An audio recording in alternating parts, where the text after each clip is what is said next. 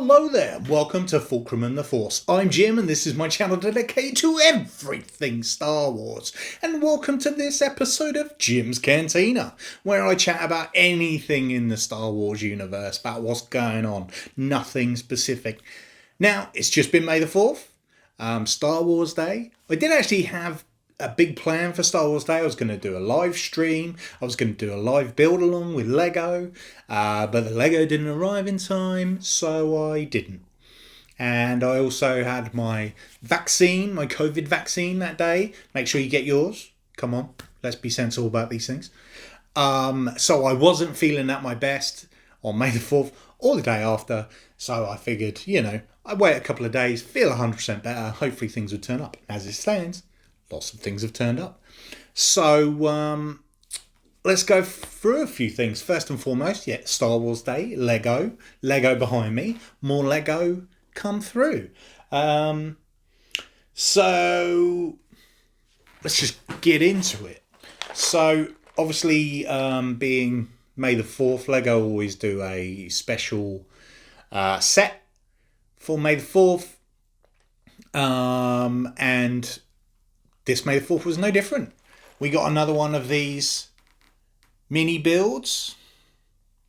This one's of Tatooine. You've got the Lars homestead there and a sand crawler.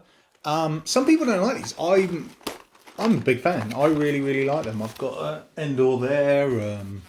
I've got Hoth and the Death Star 2 over there. I really like them all. So for me, it's a good set. It's a good bonus set. And in fact, that it comes with the purchase of anything over, I think, 70, 80 quid. Happy days. And with Lego, you're easily spending over 80 quid. Easily. I also picked up this. It's a Scout Trooper to go with my Boba Fett and my TIE Fighter pilot. I don't have all of the helmet sets, only because I don't think the Stormtrooper one looked fantastic. Like, it looks good, but not enough for me to get it. And personally, I think the same with Darth Vader. I don't know what's going on with the eyes. There's something about it that doesn't quite sit right with me. But this Scout Trooper one looks awesome. So I'm really looking forward to building this and putting this one up there with those two. But obviously, this was the main set I was getting for May the 4th. And this is what I was going to do a build along with. R2-D2. The new R2-D2, obviously we've had one of these released before some time back, but this is the newly updated one. UCS packaging, the black with the, it's all nice. 18 plus. I'm honest, I don't know why they put 18 plus on any of these sets. It is still Lego, you know what I mean? Like, I know it's appealing to the adult market, but come on, anyone can build it. But I'm really looking forward to it. There's a lot going on here. I'm especially looking forward to checking out that bit, which is Luke's saber in his head, which, pops off. But yeah, I'm really looking forward to building that. What I'll probably do instead is I will build it separately and I'll do a full review on this. So that'll be fun. So that's the Lego for this this time. It's going to be a while until I buy some more Lego. I'm not sure of all the rumoured ones coming out, which ones I'm going to pick up. If any. The rumour of the really big one that's like a UCS AT-AT or AT-AT if you want to get, picky about it. I'm tempted. I'm very tempted by it, but it's going to sit running 650, 700 quid. That's an investment. It's not just I don't know what I'm talking about. It's not just 180 quid. That's a lot of money just for an R2-D2. But the UCS ones, that's an investment. I think that's double the price for my first car for an AT-AT. But I'm assuming, because obviously I have the most recent 2020 AT-AT. It's about yay big, about the size of a cat. And I'm thinking that the new UCS one probably going to be the size of a dog. So that could be fun. I think if I do get it, I would do a time-lapse build of that because I think it would take a while and it'd be fun. So yeah. So that's Lego going on. May the 4th, Disney Plus, Bad Batch. Let's talk about it. Now, in the Clone Wars, the final season of Clone Wars, I wasn't that enamored with the Bad Batch story or anything. I think it's because for me, I was looking forward to the Ahsoka stuff and, the Anakin stuff and how it all blended with Revenge of the Sith. So for me, Bad Batch kind of felt a little bit like away from that. So I don't know, I wasn't completely sold by it, only because I think I was just waiting for that to be over so I could get back to Ahsoka and, the amazing stuff that happened after that. So I know there's loads of people out there that are so excited about the Bad Batch, and it's really lovely to see. When people are excited about stuff, I love it.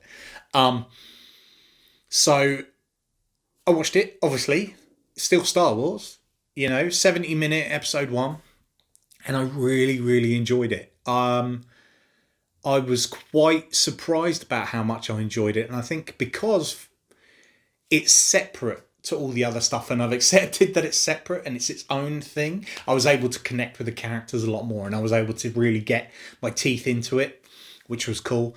No spoilers here, but I do like how the beginning part of it connected with a certain comic book. If you know, you know. And if you don't, message me and I'll explain.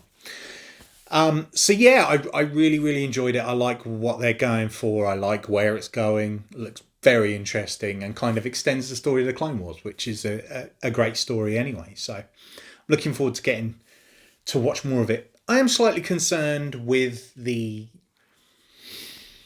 shall we call it, whitewashing of the clones? Is it me or are they getting lighter and lighter, considering they're clones of someone who's got darker skin? I'm not talking about Echo. He has lighter skin for a reason, But all the others, they seem to be just bumping that lightness up, and I don't like it. It's not necessary. Keep them as they are. Don't be dicks, Disney. Come on. Representation. It's important. So yeah, but apart from that, I really enjoyed the episode and I'm really looking forward to the next episode. I like the fact that it's releasing weekly as opposed to all in one go, because like Mandalorian, it's something to look forward to each week and it's something to talk about each week, which is fun. So yeah, I really, really did enjoy the season premiere of The Bad Batch. Of course, 70 minutes long. It's like a film. It's kind of like the first, I was going to say the first Clone Wars, but the Clone Wars movie didn't start it off.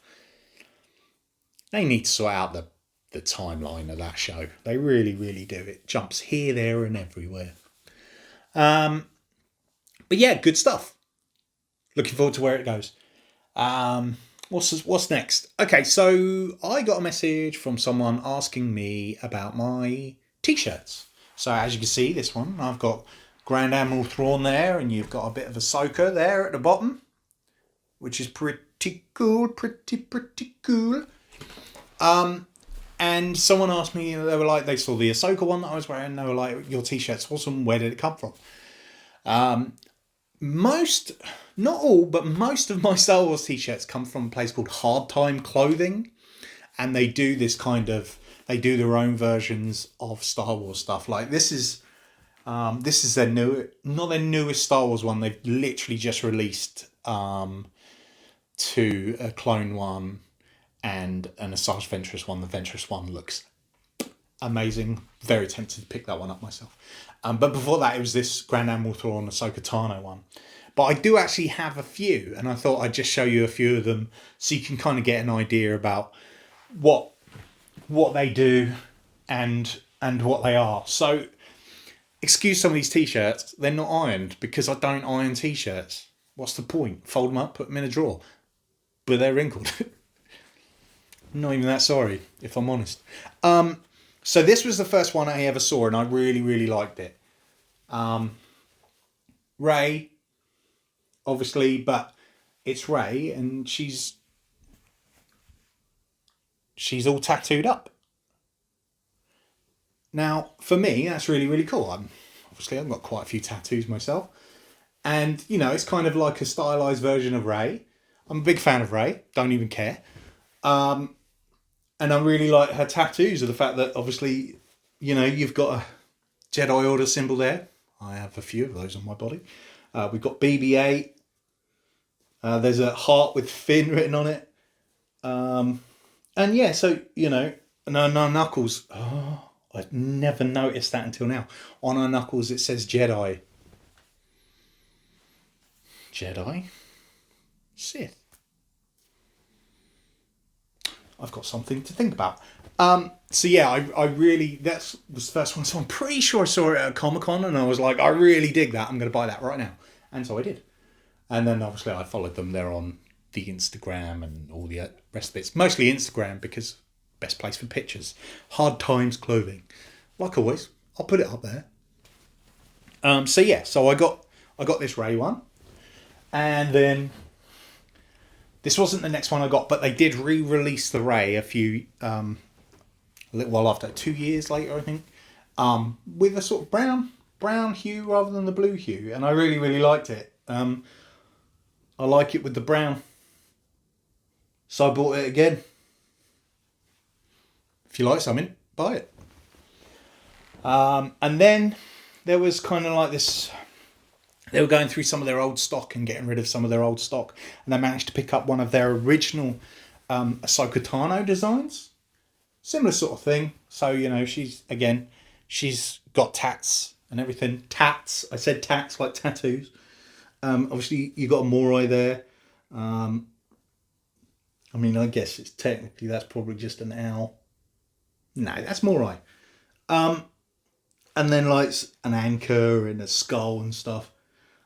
And so that one's pretty cool. I remember seeing this one and I was gutted because they didn't produce it anymore, and then when they re-released it and they had it in my size, I was very pleased. Then you guys have seen this one a few times. It's probably my favourite.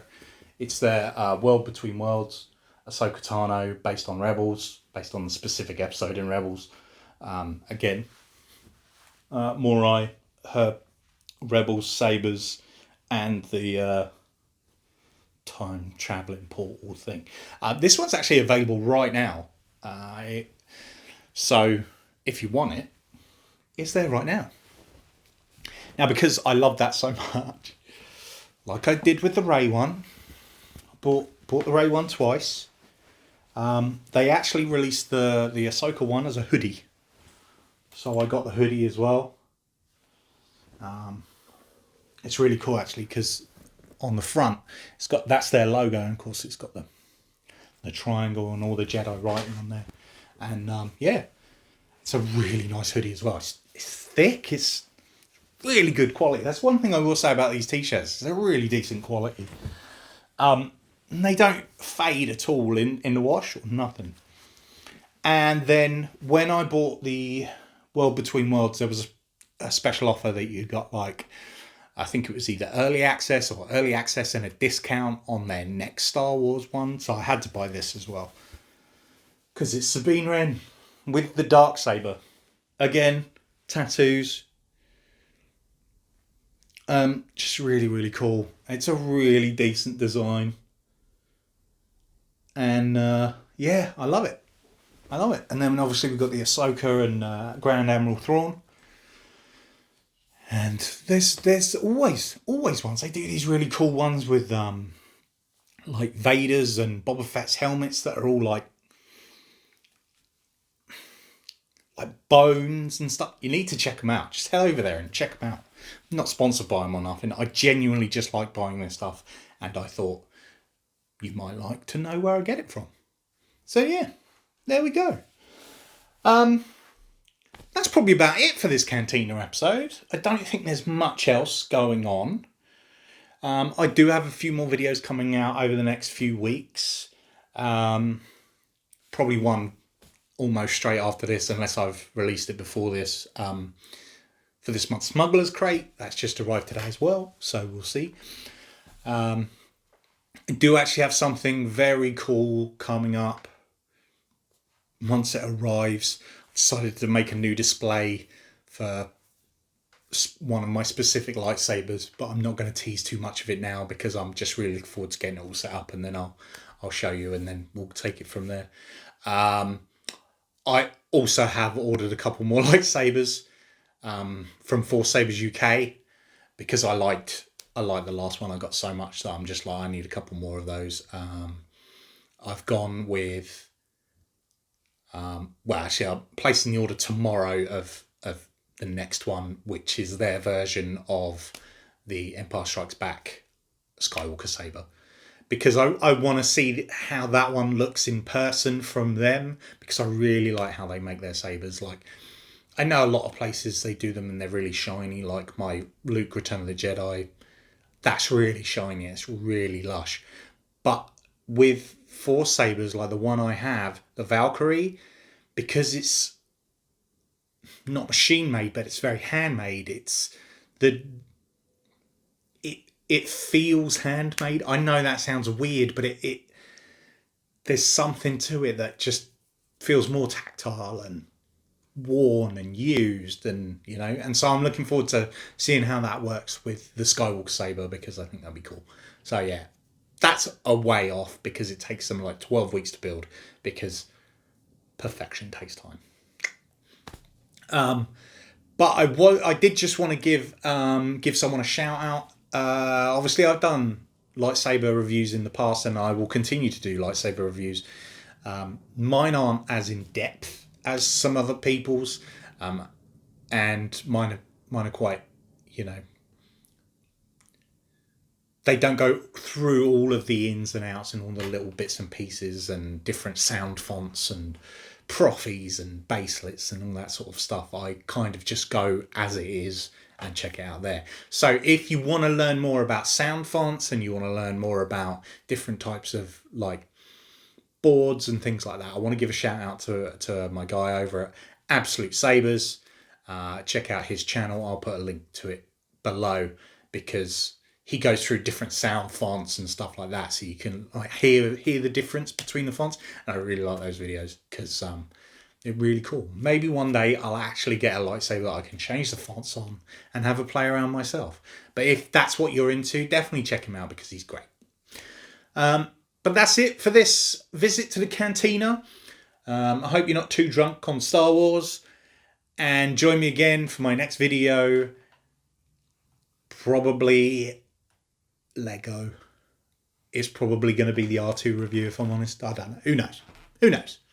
It's one of those things. No videos for ages. 6 videos in a row. What are you going to do? I love it. But until next time, don't forget we are one with the Force. And the Force is with us.